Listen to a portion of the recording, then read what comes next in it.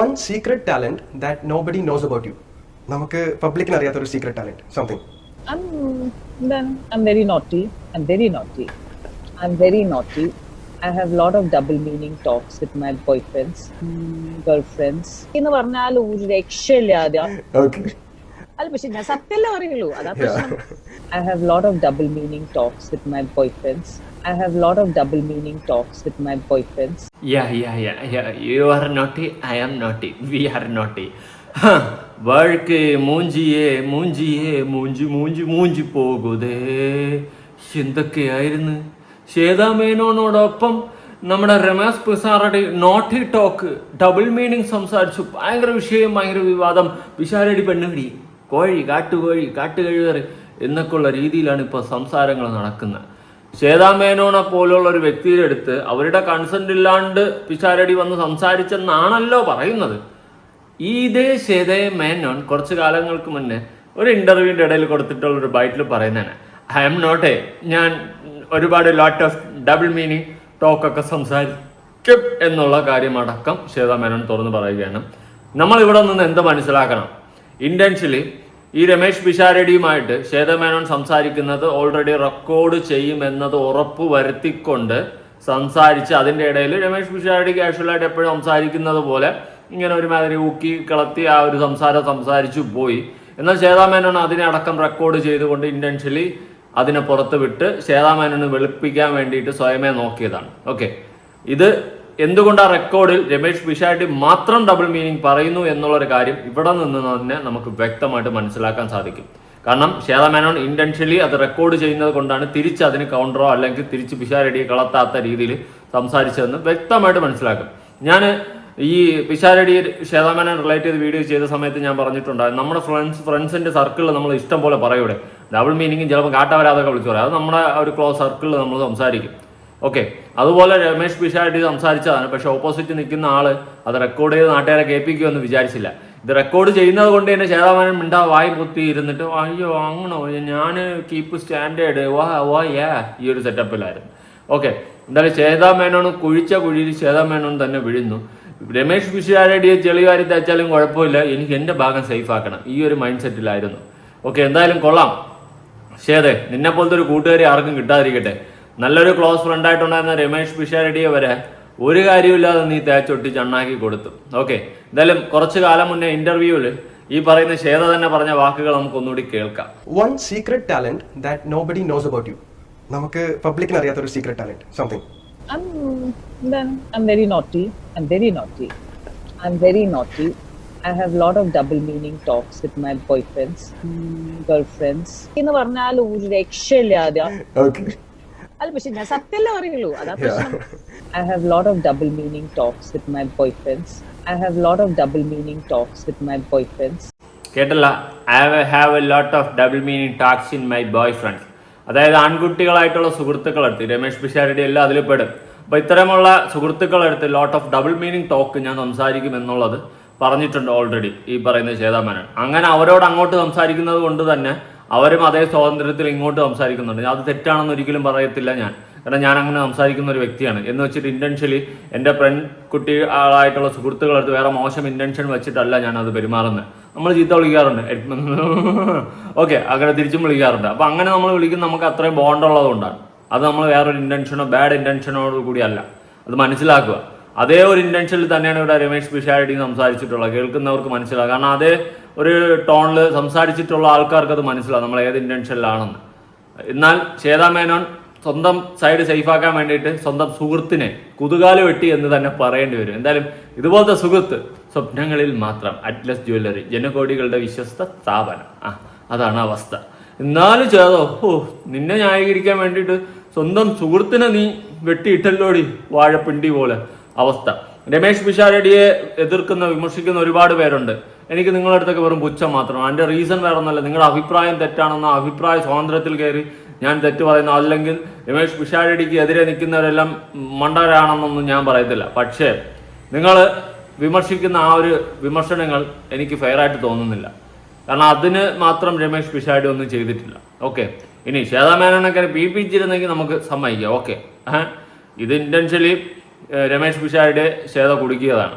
ശ്വേതയുടെ ഭാഗം ന്യായീകരിക്കാൻ വേണ്ടിയിട്ട്. അതിൽ പിഷാരടി പെട്ടുപോയി, അത്രേ ഉള്ളൂ.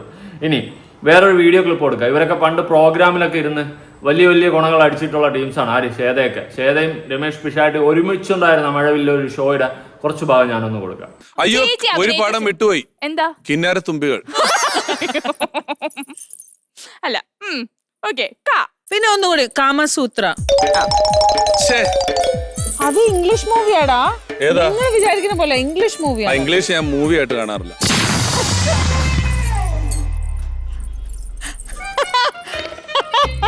ഞാൻ അതിന്റെ ട്രെയിലർ മാത്രമേ കാണുള്ളൂ. മൂവി കണ്ടാൽ മനസ്സിലാവില്ല, അതുകൊണ്ട് കാണുന്നില്ല. നിങ്ങള് കുറെ കാവച്ചുള്ള കളങ്കമുള്ള മനസ്സുള്ള ആൾക്കാരാണ്, അതാണ് പ്രശ്നം. എനിക്കത്ര കളങ്കമില്ലല്ലോ, അതാണ്. Dirty boy. ഇല്ല, ഞങ്ങളുടെ വാട്സപ്പിൽ സാംസ്കാരിക കൂട്ടായ്മ എന്ന് പറഞ്ഞൊരു ഗ്രൂപ്പ് ഉണ്ട്. വേറെ ഒന്നുമില്ല, സാംസ്കാരിക ചിന്തകൾ മാത്രമേ അതിൽ വരാറുള്ളൂ. ചാറ്റും ഇയാളെന്നെ ഇല്ല, ചാറ്റില്ല.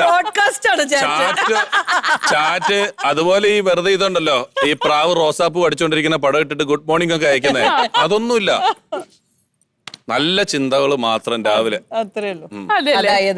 അതായത് ആഗോളതപനം, ഓസോൺ പാളിയിലെ തുള, അങ്ങനെ കുറെ കാര്യങ്ങൾ ഞങ്ങൾ ചർച്ച ചെയ്യാറുണ്ട്.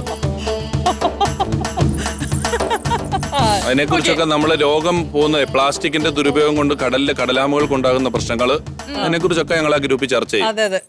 ഭയങ്കര സോഷ്യൽ റെലവന്റ് ആയിട്ടുള്ള സബ്ജക്റ്റ് ആണല്ലോ. അമേരിക്കൻ ടൈമാ. രാത്രി 9 മണി കഴിയുമ്പോഴേ ഗ്രൂപ്പ് ഉണരുള്ളൂ.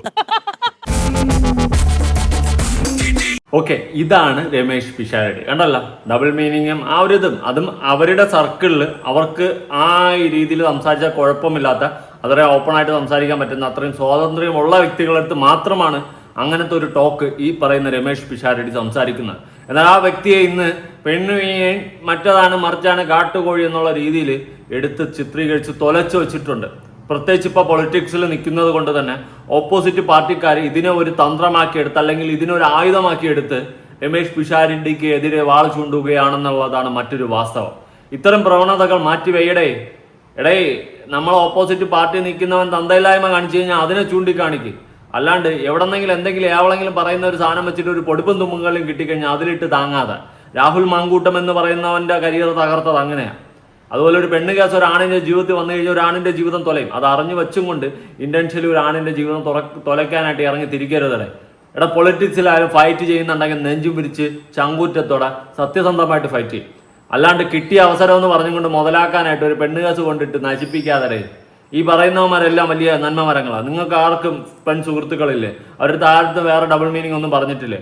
ഇവിടെ ഈ ഒരു പ്രോഗ്രാമിൽ തന്നെ പച്ചയ്ക്ക് വന്നിരുന്നിട്ട് ഓരോന്ന് വിളിച്ച് പറയുകയാണ് ഈ പറയുന്ന രമേഷ് പിഷാരടി. അതും അത്രയും ഓപ്പണായിട്ട് പറയാൻ സ്വാതന്ത്ര്യമുള്ള ആൾക്കാരുടെ അടുത്താണ്. അങ്ങനത്തെ ഒരു സാഹചര്യത്തിലാണ് രമേഷ് പിഷാരടി സംസാരിക്കുന്നത്. എന്നാൽ ഇത് വല്ലാത്ത അവസ്ഥയായിപ്പോടെ, വല്ലാത്ത അവസ്ഥയായിപ്പോയി. ശ്വേത കാണിച്ചത് വെറും തൊട്ടിത്തനം. ഇനി വേറൊരു വീഡിയോ ക്ലിപ്പ് ഞാൻ കൊടുക്കാം. ഓക്കെ, നിങ്ങൾ ഈ ലിപ്സ്റ്റിക് ഒക്കെ ഇടുന്ന സമയത്ത് ഇത്തിരി പേസ്റ്റ് പല്ല് വെച്ചിട്ട് വാ. ഇല്ല, വേണ്ട വേണ്ട വേണ്ട വേണ്ട, അരുത് മാനിഷാദ. ഇത് കൊള്ളാം. ഞങ്ങളുടെ പ്രമോയ്ക്കുള്ളതായിട്ടുണ്ട്. അല്ല, ഞാൻ ഭാഗ്യം പേസ്റ്റിനെ പറ്റി പറഞ്ഞു, ഞാൻ സോപ്പിനെ പറ്റി പറഞ്ഞെങ്കിൽ എന്ത് സംഭവിച്ചേനെ? അല്ലേ, രക്ഷോട്ട് വയ്ക്കാൻ ഞാൻ. ഓക്കെ, അപ്പൊ എന്റർടൈൻമെന്റ് ഓൾറെഡി ഇവിടെ തുടങ്ങിയിരിക്കുകയാണ്. ഓക്കെ, പേസ്റ്റിനെ പറ്റി പറഞ്ഞത് കൊണ്ട് ഉമ്മ, സോപ്പിനെ പറ്റി പറഞ്ഞ ദേഹം മൊത്തം അതാണ്. അത്രയും ഡബിൾ ആയിട്ടൊക്കെ അടിച്ച ആ ഒരു സെറ്റപ്പാണ്. അതും ആ ഒരു സ്വാതന്ത്ര്യമുള്ള ആളുടെ അടുത്താണ്. അല്ലാതെ ബോച്ച അടിക്കുന്ന പോലെ ഉദ്ഘാടനത്തിന് വിളിച്ചു വരുത്തിയിട്ട് ഹണി റോസിനോട് അടിച്ച പോലത്തെ അമ്മാതിരി മറ്റേ കുണ്ടിദേവി ആ സെറ്റപ്പൊന്നുമല്ല. അല്ലാണ്ട് അത്രയും സ്വാതന്ത്ര്യമുള്ള ആൾക്കാരുടെ അടുത്താണ്. ഇവിടെ ശ്വേതാമേനോൻ തന്നെ ഒരു ഉമ്മയൊക്കെ കൊടുക്കുകയാണ്. വഴിയെ പോകുന്ന ആർക്കെങ്കിലും പിടിച്ച് ഉമ്മ കൊടുക്കും ശ്വേതാമേനോൻ? എനിക്കറിയത്തില്ല, കൊടുക്കുമോ? അപ്പം അത്രയും സ്വാതന്ത്ര്യമുള്ള, അത്രയും ഫ്രണ്ട്ഷിപ്പ് ബോണ്ടുള്ള രണ്ടുപേരായിരുന്നു അവർ. പക്ഷെ അതാണ് ആ ഒരു ബോണ്ടിനെയാണ് ഈ പറയുന്ന ശ്വേത നശിപ്പിച്ചത്. ഓക്കെ, സുഹൃത്തിൻ്റെ വോയിസ് റെക്കോർഡ് ചെയ്ത് പുറത്ത് വിട്ട് പബ്ലിക്കിലോട്ട് വിട്ട് ആ ഒരു ബോണ്ടാണ് നശിപ്പിച്ചു കളഞ്ഞത് ശ്വേതയ്ക്ക് രക്ഷപ്പെടാൻ വേണ്ടിയിട്ട്. ഓക്കെ, വളരെ ചീപ്പായിപ്പോയി, വളരെ ചീപ്പ്. ഇത്രയും നിങ്ങൾ നല്ല ബോണ്ടിലിരുന്ന് ഇത്രയും ഡബിൾ മീനിങ് ഈ വീഡിയോയിൽ പറഞ്ഞതൊന്നുമല്ല. ഏത് വീഡിയോയിലല്ല, ഓഡിയോയിൽ. ശ്വേത പുറത്തുവിട്ട ഓഡിയോയിൽ പറഞ്ഞതൊന്നുമല്ല ഇതൊക്കെ വെച്ച് നോക്കുമ്പോൾ.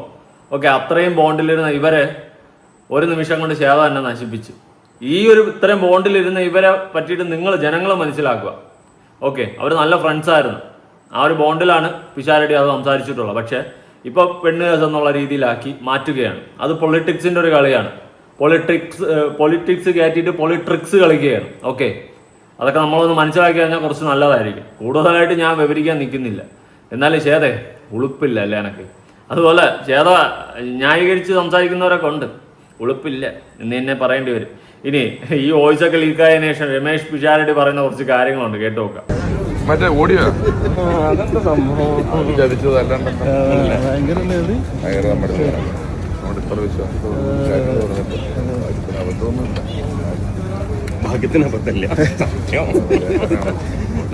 വല്ലാത്ത അവസ്ഥയിലൂടെയാണ് ചിരിച്ചിരിച്ച് പോയാണ് രമേശ് പിഷാരടി. എന്ത് പറയാൻ, ആകെ തേഞ്ഞൊട്ടി വിശ്വസിച്ച സുഹൃത്ത് വരെ അടിച്ച് അണ്ണാക്കി കൊടുത്തൊരവസ്ഥ. ഇതിനപ്പുറം ഇനി എന്ത് തോൽവിയാ ജീവിതത്തിൽ വരാനുള്ള? ഞാൻ എന്ത് പറയാനാ? വല്ലാത്ത അവസ്ഥയുടെ. വേറെ ഒരു ബൈറ്റ് ഉണ്ട്, കൊടുക്കാം. ജീവിതമല്ലേ കേട്ടോ, ഓട്ടിരാ മക്കളെ എല്ലാരും.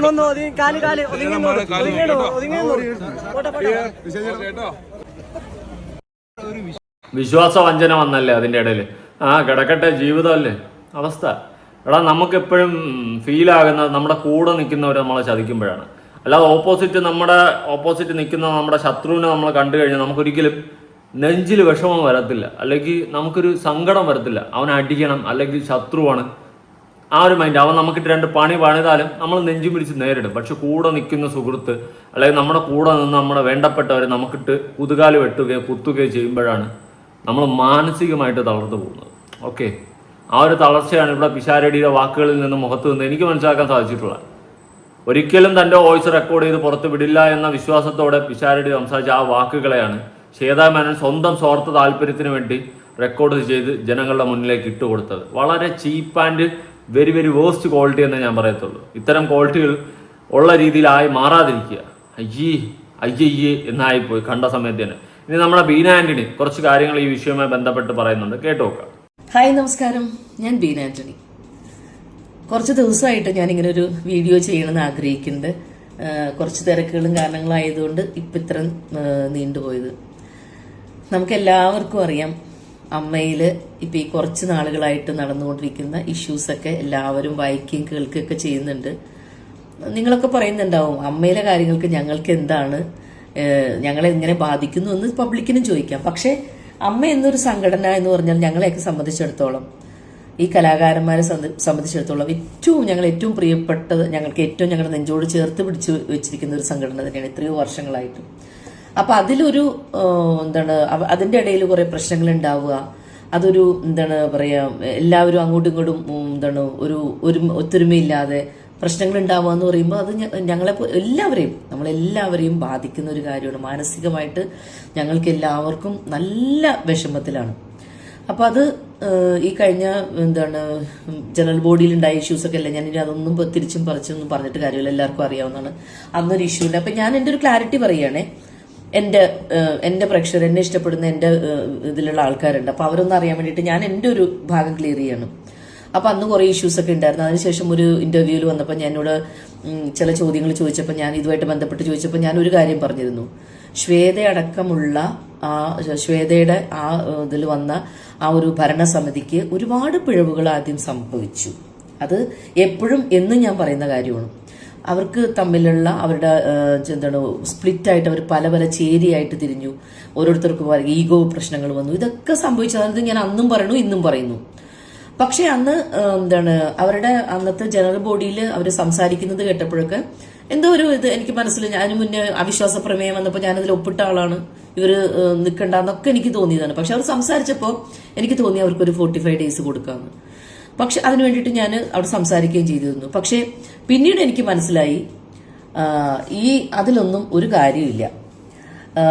അവിടെ ഭയങ്കര പ്രശ്നങ്ങൾ നടന്ന് അങ്ങോട്ടും ഇങ്ങോട്ടും ഒരുപാട് വാക്ക് തർക്കങ്ങളും എല്ലാം കഴിഞ്ഞിട്ട് അവസാനത്തെ തീരുമാനത്തിൽ ഇവർ രാജിവെക്കുകയാണ്. ഈ 17 അംഗങ്ങളുള്ള ആ ഒരു സമിതി രാജിവെച്ചു എന്ന് പറഞ്ഞ് പുറത്തിറങ്ങി പോകുന്നു.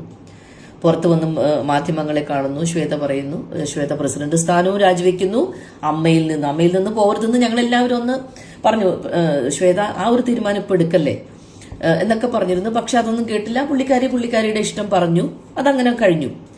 എന്നിട്ട് ഇപ്പോൾ ഈ 2 ദിവസമായിട്ട് നടന്നുകൊണ്ടിരിക്കുന്ന ഒരു കാര്യത്തെക്കുറിച്ച് സംസാരിക്കാനാണ് ഞാൻ വന്നത്. ശ്വേതയും പിഷാരടിയും തമ്മിലുള്ള പിഷാരടി ഈ ഒരു പ്രശ്നങ്ങൾ സോൾവ് ചെയ്യാൻ വേണ്ടിയിട്ട് നമ്മുടെ കൂടെ നിന്ന ആളാണ്. ഇപ്പം നല്ലൊരു പൊസിഷനിൽ ഏറ്റവും നല്ല എന്താ പറയുക ജനപിന്തുണയോടെ ഒരു MLA ആയിട്ട് വന്ന ആളാണ് പിഷാരടി. ഞങ്ങൾക്ക് ഒരുപാട് അഭിമാനമുണ്ട് പിഷാരടിയുടെ കാര്യത്തിൽ. ആ പിഷാരടി നമ്മുടെ ഈ അമ്മയുടെ ഒരു ക്രൈസിസിൽ ഹെൽപ്പ് ചെയ്യാൻ വന്ന ഒരാളാണ്. ആ ആള് ശ്വേതയോട് ഏറ്റവും അടുപ്പമുള്ള 2 സുഹൃത്തുക്കളാണ് അവർ തമ്മിലുള്ള സംസാരം ഇങ്ങനെ പുറത്തേക്ക് എടുത്തിട്ട് പിഷാരടിയെ പോലെ ഇത്ര ഇതിൽ നിൽക്കുന്ന ഒരു വ്യക്തിയെ ഇതുപോലെ വേദനിപ്പിച്ചതിലും ഇതുപോലെ മോശമാക്കിയതിലും ഞാൻ എൻ്റെ ദുഃഖം രേഖപ്പെടുത്താണ്. അത് വളരെ മോശമായി പോയി എന്ന് തന്നെ ഞാൻ പറയണം. ഒരിക്കലും വളരെ വലിയ വിശ്വാസവഞ്ചനയാണ് ശ്വേതയെ കാണിച്ചിരിക്കുന്നത്. ഒരിക്കലും അത് ചെയ്യാൻ പാടില്ലായിരുന്നു. കാരണം അവർ തമ്മിൽ എത്രയോ ആത്മബന്ധമുള്ള ആൾക്കാരാണ്. പിഷാരടി ജയിച്ചപ്പോൾ ശ്വേത പിഷാരടി ഉമ്മ വയ്ക്കുന്ന ഒരു ഇതാണ് പുറത്തുവിട്ട് ആ ഒരു സന്തോഷം പ്രകടിപ്പിച്ചത്. അത്രയും അവർ ആത്മബന്ധമുള്ള ആൾക്കാരാണ് അവരൊക്കെ. ആ ഒരു ഇതെടുത്ത് പുറത്തിട്ടപ്പോൾ ശ്വേത ഒരു കാര്യം ആലോചിക്കണ്ടേ, ആ മനുഷ്യനെ അത് എത്രമാത്രം ബാധിക്കും. ഇത്രയും പൊളിറ്റിക്കലി ഇത്രയും വലിയൊരു ഇമേജിൽ നിൽക്കുന്ന ഒരു മനുഷ്യനെ എന്തുമാത്രം മോശം രീതിയിലാണ് ഇപ്പോൾ മറ്റുള്ള പാർട്ടിയിലുള്ളവരും ആൾക്കാരും പറയുന്നത്. ആ ഒരു അവസ്ഥയിലേക്ക് ഒരിക്കലും പിഷാരടിയെ ആക്കാൻ പാടില്ലായിരുന്നു ശ്വേത. ഞാൻ അതിൽ ശക്തമായിട്ട് ശ്വേതയോട് പ്രതിഷേധിക്കുന്നു. അതോടൊപ്പം ഈ ലാസ്റ്റ് നിമിഷത്തിൽ പിന്നെ വന്നിട്ട് ശ്വേത പറയുന്നു ഞാൻ രാജിവെച്ചിട്ടില്ല, ഞങ്ങളുടെ ഭരണഘടന ഇനിയും ഭരണ സമിതി ഇനിയും തുടരൂ എന്നൊക്കെ പറയുന്നതിൽ യാതൊരു അർത്ഥമില്ല ശ്വേത. അതിൽ ഇനി ഇങ്ങനെ സപ്പോർട്ട് ചെയ്യാനാ? നിങ്ങൾ ഇങ്ങനെയൊക്കെ ചെയ്യുമ്പോൾ നിങ്ങളിലുള്ള വിശ്വാസം പിന്നെയും പോവുമല്ലേ? ശ്വേത ഇപ്പം ഈ ചെയ്തത് പിന്നെ നമ്മൾ നിങ്ങളുടെ ഭരണസമിതി ഇരിക്കുമ്പോൾ ഓരോ സംഭവങ്ങൾ പുറത്തു പോയതിനെ കുറിച്ചൊക്കെ നമ്മൾ അന്നേ നിങ്ങൾക്ക് അവിടെയാണ് നിങ്ങളുടെ പരാജയം സംഭവിച്ചത്. നിങ്ങൾ സംഭവിച്ച കാര്യങ്ങൾ വെളിയിലേക്ക് വരുന്നത്. ഇപ്പൊ ശ്വേത തന്നെയല്ലേ ഇപ്പം ചെയ്തിരിക്കുന്നത്. അതിനെന്ത് ന്യായമാണ് ശ്വേതയ്ക്ക് പറയാനുള്ളത്? അപ്പൊ എനിക്ക് വളരെ അതിനുള്ള ഒരു എതിർപ്പ് ഞാൻ എൻ്റെ പേഴ്സണൽ എതിർപ്പ് ഞാൻ പ്രകടിപ്പിക്കുകയാണ്. ആ ചെയ്തതിനോട് എനിക്ക് ഒരിക്കലും ശ്വേതയോട് യോജിക്കാൻ കഴിയില്ല. പിഷാരടിയോട് ചെയ്തത് വലിയൊരു തെറ്റായിപ്പോയി. പിന്നെ ഈ ഒരു സംഭവത്തിലും എന്തായാലും എല്ലാവരും വളരെയധികം വേദനയോടെ നോക്കിക്കാണുന്നു ഇനി അമ്മയുടെ പോക്ക് എങ്ങോട്ടാണെന്ന്. അമ്മ എന്ന സംഘടനയെ നമുക്ക് മുന്നോട്ട് കൊണ്ടുപോകാനും നയിക്കാനും ശക്തമായിട്ടുള്ള നമ്മുടെ മമ്മൂക്കയും ലാലേട്ടനും സുരേഷ് ഏട്ടനൊക്കെ മുൻപന്തിയിലേക്ക് ഇറങ്ങണം. ഇത് ഞങ്ങളുടെ ഹംബിൾ റിക്വസ്റ്റ് ആണ്. നമ്മളുടെ അമ്മയെ രക്ഷിക്കാൻ നിങ്ങളൊക്കെ തന്നെ മുന്നിലുണ്ടാവണം. Thank you. ഓക്കെ, ബീനാൻഡിനും പറഞ്ഞ കറക്റ്റ് കാര്യങ്ങളല്ലേ, വളരെ കൃത്യമായിട്ടാണ് അവർ കാര്യങ്ങൾ പറഞ്ഞിട്ടുള്ളത്. ഈ പറയുന്ന പിഷാരടിയും ശ്വേതാ മേനോനും വളരെ ക്ലോസ് ഫ്രണ്ട്സ് ആണ്. അപ്പോൾ വേറെ ചിലരൊക്കെ പറയുന്നുണ്ടായിരുന്നു രമേഷ് പിഷാരടിയും ശ്വേതാ മേനോനും ഫ്രണ്ട്സ് ആണെന്ന് ആരാടാ പറഞ്ഞതെന്ന് പറഞ്ഞുകൊണ്ട് വേറെ ചിലവന്മാർ പറയുന്നുണ്ടായിരുന്നു. ഓക്കെ, ഇവിടെ ഇവർ തമ്മിൽ നല്ല ഫ്രണ്ട്ഷിപ്പ് ബോണ്ടായിരുന്നു. പക്ഷെ ആ ഒരു ഫ്രണ്ട്ഷിപ്പിന്റെ വാല്യൂ ആണ് ശ്വേതാ മേനോൻ കളഞ്ഞു കുളിച്ചത്. ആ ഒരു ഫ്രണ്ട്ഷിപ്പിന്റെ അർത്ഥം അത് തൊലച്ച്, ഓക്കെ സീരിയസ്ലി അത് തൊലച്ച് കളഞ്ഞു ശ്വേതാ മേനോൻ. ഒരു അർത്ഥമില്ലാണ്ടാക്കി കളഞ്ഞു. ഇത്ര വർഷത്തെ സുഹൃത്ത് ബന്ധമാണ് ഒരു നിമിഷത്തെ റെക്കോർഡിംഗ് കാണണം. അതായത് ശ്വേതയ്ക്ക് രക്ഷപ്പെടാൻ വേണ്ടിയിട്ട് സ്വന്തം സുഹൃത്തിനെ ചെളിവാരി തേക്കാൻ വേണ്ടിയിട്ട് ഇട്ടുകൊടുത്ത്, അതും ഇത്രയും വലിയൊരു MLA പൊസിഷനിൽ നിൽക്കുന്ന പൊളിറ്റിക്കൽ കരിയറാണ് തൊലയ്ക്കുന്ന രീതിയിൽ ശ്വേതാ മേനോൻ ഈ പറയുന്ന പിഷാരടി ഇട്ടുകൊടുത്തത്. രാഹുൽ മാങ്കൂട്ടത്തിൻ്റെ അവസ്ഥ ഒരിക്കലും പിഷാരടിക്ക് ഉണ്ടാകരുത്. ജനങ്ങൾ മനസ്സിലാക്കുക അതിൻ്റെ സത്യാവസ്ഥ. അവർ നല്ല സുഹൃത്തുക്കളായിരുന്നു. ആ ഒരു ഫ്രീഡം വെച്ചിട്ടാണ് പിഷാരടി അവിടെ സംസാരിച്ചിട്ടുള്ളത്. പക്ഷെ അതിനെ മുതലെടുപ്പ് നടത്തിയത് ശ്വേതയാണ്. ശ്വേത റെക്കോർഡ് ചെയ്യുന്നത് കൊണ്ട് തന്നെ വളരെ അങ്ങ് മാന്യതയോടെ കീപ്പ് ചെയ്ത് അങ്ങ് സംസാരിക്കുകയാണ്. മുന്നേ പറഞ്ഞത് കേട്ടല്ലോ, എൻ്റെ ബോയ്സ് ആയിട്ടുള്ള ഫ്രണ്ട്സിൻ്റെ അടുത്ത് ഞാൻ ഡർട്ടി ടോക്കൊക്കെ സംസാരിക്കാറുണ്ട്. അത് നമ്മളും സംസാരിക്കാറുണ്ട്. അത് ആൺ പെൺ വ്യത്യാസമൊന്നും കാണത്തില്ല. നമ്മൾ പയ്യന്മാരുടെ അടുത്ത് സംസാരിക്കത്തില്ല, തായും പൂവും വെച്ച് വിളിച്ച് സംസാരിക്കും. അതുപോലെ അത്രയും ക്ലോസ് ആയിട്ടുള്ള പെൺപിള്ളേരുണ്ടെങ്കിൽ നമ്മൾ അവരുടെ അടുത്ത് സംസാരിക്കും. അത് സ്വാഭാവികമാണ്. അതെന്തോ വലിയ അപരാധം തെറ്റായിട്ട് കാണാൻ പാടില്ല, കാണരുത്. എന്തായാലും ശ്വേതാ മേനോൻ പിഷാരടിക്ക് കൊടുത്തത് 18ന്റെ പണിയാണെങ്കിൽ തിരിച്ച് 408ന്റെ പണിയായിട്ട് ശ്വേതയ്ക്ക് തന്നെ അത് തിരിച്ചടിച്ചു എന്നതാണ് മറ്റൊരു വാസ്തവം. Justice for Pisharody. ഓക്കെ, പിഷാരടിയെ വെറുക്കരുത് ഈ ഒരു കേസിൽ. കാരണം ഈ ഒരു കേസിൽ പെടുത്തി തൊലച്ചു കളഞ്ഞതാണ്. ഓക്കെ, ഒരു വിശ്വസ വഞ്ചന കാണിച്ച ഒരു സുഹൃത്താണ് അവിടെ ശ്വേത. എന്തായാലും സംഘടനയ്ക്കകത്തുനിന്ന് രാജിവെച്ച് പുറത്തു പോയിട്ട് തിരിച്ച് വീണ്ടും കയറാൻ വേണ്ടി കിടന്ന് തുള്ളിയത് എന്തിനാ? അദാനിയുടെ ഒരു 15 കോടിയുടെ വരവുണ്ടെന്ന് കരക്കമ്പിൽ സംസാരമുണ്ട്. ആ സ്ഥാനത്ത് വരണ്ടേ? ആർക്ക്? ശ്വേതയ്ക്കല്ല, ഞാൻ പൊതുവെ പറഞ്ഞതാ. പിന്നെ ലക്ഷ്മിപ്രിയയുടെ ഒരു വോയിസ് കയ്യിലിരിപ്പുണ്ട് കേട്ടോ. കേട്ട് ചിരിച്ചിരിച്ചാത്ത് നിങ്ങളും കൂടി കേട്ട് കഴിഞ്ഞാൽ ചിരിച്ചിരിച്ചാവും. കേൾക്കണം, താഴെ കമന്റ് ചെയ്യും, നോക്കട്ടെ, ആലോചിക്കട്ടെ.